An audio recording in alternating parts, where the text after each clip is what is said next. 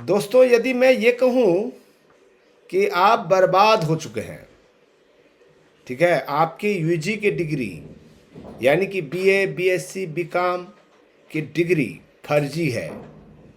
आपको मैं ये कहूँ कि आपकी पीजी के डिग्री भी फर्जी है। आप नेट के लिए पात्र नहीं हैं। आप जेआरएफ भी कर लेंगे तो आपको फेलोशिप नहीं मिलेगा। आप पीएचडी भी कर लेंगे तो आप असिस्टेंट प्रोफेसर नहीं बन सकते। ठीक है, आप पूरी तरह से बर्बाद हो चुके हैं। ठीक है, ध्यान दीजिएगा मेरी बात को जो है, आप ऐसे ही मत चले जाइएगा। वीजीसी के नया नियम आया हुआ है 2026 का, और इसके अलावा एक यूनिवर्सिटी जिनको फर्जी यूनिवर्सिटी के लिस्ट में रखा गया है, यदि वहाँ से आपने डिग्री प्राप्त किया है तो वो भी बेकार हो गया। इसके अलावा यदि आपने इग्नो से यूजी और पीजी किए हुए हैं, ठीक है, वो भी आपकी सर्टिफिकेट कागज के अलावा कुछ भी नहीं है। ठीक है, आपकी कैरियर सुरक्षित है या खतरे में है। ठीक है, मैं आपको सही बात बताने जा रहा हूँ, आप लोग ध्यान से सुनिएगा, जानिएगा, दूसरों को जरूर बताइएगा। इसलिए वीडियो को शेयर करना नहीं भूलिएगा। ठीक है, आप लाइक कर देंगे तो मुझे अच्छा लगेगा। ठीक है दोस्तों, आपका लक्ष्य क्या है? आपका लक्ष्य यही है ना कि मैं यूजी करूं, पीजी करूं। आपके मम्मी पापा क्यों पढ़ाते हैं? क्योंकि आपकी कैरियर बेहतर हो। आप प्रोफेसर बने यूनिवर्सिटी में, आप प्रोफेसर बने कॉलेज में, आप यूपीएससी करके कलेक्टर, एसपी बने। ठीक है, लेकिन क्या बताएं हम, ठीक है, वीजीसी नेट की जो डिग्री है, प्रमाण पत्र है, सर्टिफिकेट है, वो हो जाएगी खराब। जूनियर रिसर्च फेलोशिप आपको नहीं मिलेगा। आपकी पीएचडी डिग्री भी बेकार हो जाएगा। इसकी कड़वी सच्चाई ये है कि कुछ, ठीक है, कुछ नियम कि यदि चूक हुआ तो उस यूनिवर्सिटी के सारी मान्यता खत्म हो जाएगी। हजारों छात्र अनजाने में ऐसी डिग्रियों पर समय और पैसा बर्बाद कर रहे हैं जिन्हें वीजीसी द्वारा उच्च शिक्षा या सरकारी नौकरी के लिए अमान्य घोषित कर दिया है। अब मैं विषय पर आता हूं दोस्तों। सबसे पहली बात, यदि आप यहां से कोई डिग्री प्राप्त किया है, Rajiv Gandhi institute of technology and management, जो कि भिवाड़ी अलवर राजस्थान में है, ठीक है, ये वीजीसी अधिनियम 256 की धारा 2A और धारा 3 का सीधा उल्लंघन है। ठीक है, ये नोटिस मैं आपको दिखा रहा हूं, उसको थोड़ा सा देख लीजिए। इस नोटिस में साफ साफ यूजीसी ने लिखा हुआ है ये फर्जी डिग्री बांट रहा है और ये डिग्री अमान्य है। यहां से प्राप्त कोई भी डिग्री या डिप्लोमा उच्च शिक्षा या सरकारी रोजगार के लिए पूरी तरह से अमान्य घोषित कर दिया है। ठीक है, अब आते हैं दोस्तों, डिस्टेंस लर्निंग की सीमाएं क्या मान्य है और क्या सही है। ठीक है, याद रखिएगा, इसमें इग्नो भी आता है, वीजीसी और डीईबी की लक्ष्मण रेखा है। ठीक है, मान्य क्या है?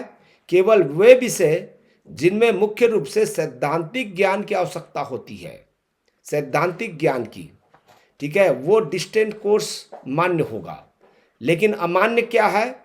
वे सभी विषय जिनमें अनिवार्य रूप से क्लिनिकल या प्रैक्टिकल ट्रेनिंग की आवश्यकता होती है। ठीक है, ये डिस्टेंस कोर्स के अंतर्गत, डिस्टेंस लर्निंग के अंतर्गत अमान्य है, इनवैलिड है। डिस्टेंस मोड से पूर्णतः प्रतिबंधित विषय क्या है? National commission for allied and health care profession, NCHPSC act 2021 और यूजीसी के सख्त निर्देशानुसार MS psychology, microbiology, biotechnology, food and nutrition, bar council of India के अंतर्गत LLB, BLLB, LLF, ये सारी डिग्रियां जो है यदि डिस्टेंस मोड से किए हैं, चाहे वो इग्नो से किया हो, वो अमान्य है। इन विषयों में हैंड्स ऑन प्रैक्टिस और क्लिनिकल ट्रेनिंग अनिवार्य है। जो डिस्टेंस और ओडीएल मोड में संभव ही नहीं है। ध्यान दीजिएगा, मैं इग्नो के बारे में अब बताने जा रहा हूँ। ठीक है, इग्नो और यूजीसी के बीच में आमने सामने का टकराव चालू हो गया है। ठीक है, देखिए इग्नो क्या कर रहा है और यूजीसी क्या कर रहा है। इग्नो का तर्क है लगभग 17,000 छात्रों का दाखिला यह कहकर लिया गया है कि छात्र क्लिनिक प्रैक्टिस के लिए नहीं बल्कि केवल शैक्षणिक रुचि यानी कि एकेडमिक इंटरेस्ट के लिए यह कोर्स कर रहे हैं। लेकिन यूजीसी कर रहा है इन विषयों में डिस्टेंस डिग्री पूरी तरह अमान्य होगी। रेगुलर मोड ही एकमात्र विकल्प है। संस्थानों की इस लड़ाई में सीधा नुकसान जो है छात्रों के भविष्य का हो रहा है। ठीक है, छात्र बर्बाद हो जाएंगे। अब प्रोस्पेक्टस में छिपा है डिस्क्लेमर। यूनिवर्सिटी एडमिशन लेगी, फीस भी जमा हो जाएगी, परंतु भविष्य में आपको क्लिनिकल प्रैक्टिस का लाइसेंस नहीं मिलेगा। छात्रों को सोच समझकर फैसला लेने की पूरी जिम्मेदारी खुद उठानी होगी। ठीक है, ये NCHPC एक्ट के तहत ये प्रावधान है। छात्रों पर प्रभाव क्या पड़ेगा, ध्यान दीजिएगा। यहाँ से आपने डिग्री प्राप्त किया है, अमान्य डिस्टेंस डिग्री। ठीक है, कोई प्रोफेशनल रजिस्ट्रेशन नहीं, यूजीसी नेट के लिए अयोग्य हो जाएंगी। और यूजीसी नेट के लिए तो अयोग्य होंगे, JRF अयोग्य हो जाएगा, PhD के दरवाजे बंद हो जाएंगी। दिशा निर्देशों की अनदेखी से आप उच्च शिक्षा के लिए पूरी तरह अयोग्य हो सकते हैं। सही और गलत की पहचान आप जरूर कर लें कि कहाँ से आपको ये डिग्री प्राप्त करना है। मैं हमेशा कहता हूँ सेंट्रल यूनिवर्सिटी और स्टेट यूनिवर्सिटी और उनके कॉलेजों से ही ये डिग्री प्राप्त करें। यहीं पर ही आपको एडमिशन लेना है, दूसरे जगह नहीं लेना है। एक नियम हमेशा ध्यान दीजिएगा। ठीक है, यहाँ पर यूजीसी नेट परीक्षा अब ऑफलाइन नहीं बल्कि केवल कंप्यूटर आधारित होता है। ठीक है, वहाँ पर डिग्री नहीं मांगा जाता है। और आपने नेट निकाल लिया, JRF निकाल लिया, ठीक है, ये भी एक बहुत गंभीर अपराध है। ठीक है, सख्त पात्रता नियम यही है। ठीक है, कि मास्टर डिग्री पूरी तरह से यूजीसी और DEB द्वारा मान्यता प्राप्त संस्था से होनी चाहिए। ठीक है, मास्टर में न्यूनतम 50% अंक अनरिजर्व कैटेगरी के लिए और आरक्षित वर्ग के लिए उनके स्टेट में 50%। ठीक है, डिस्टेंस मोड के छात्रों के लिए विषय जो है नॉन क्लिनिकल होनी चाहिए। क्लिनिकल में मान्यता खत्म हो गया है। ठीक है, प्रमाणिकता का मानक क्या है, आपको ये भी देखना है कि जहाँ से डिस्टेंस मोड से आप डिग्री प्राप्त कर रहे हैं वो विश्वविद्यालय A+ NAC ग्रेडिंग में आता है कि नहीं आता है। ठीक है, यह सुनिश्चित करता है कि संस्थान उच्चतम शैक्षणिक मानकों का पालन करता है कि नहीं करता है। केवल यूनिवर्सिटी का नाम नहीं बल्कि आपके विशेष कोर्स को डिस्टेंस मोड में चलाने की स्पष्ट अनुमति होनी चाहिए। और सबसे बुनियादी आवश्यकता, संस्थान का नाम यूजीसी के फर्जी लिस्ट में नहीं होना चाहिए।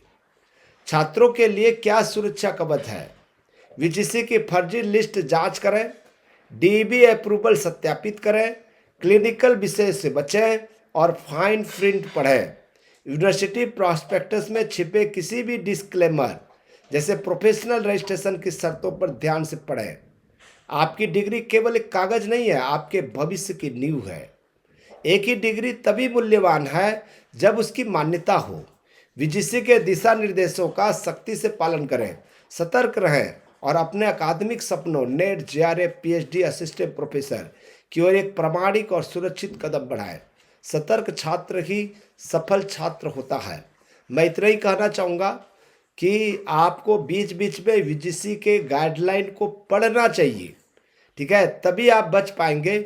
और मैं सीधा सीधा कहता हूँ सेंट्रल यूनिवर्सिटी और स्टेट यूनिवर्सिटी से ही डिग्री प्राप्त करें, अन्यथा स्थिति में आपकी डिग्री कभी भी अमान्य हो जाएगी और आप बर्बाद हो जाएंगे। ठीक है दोस्तों, थैंक यू।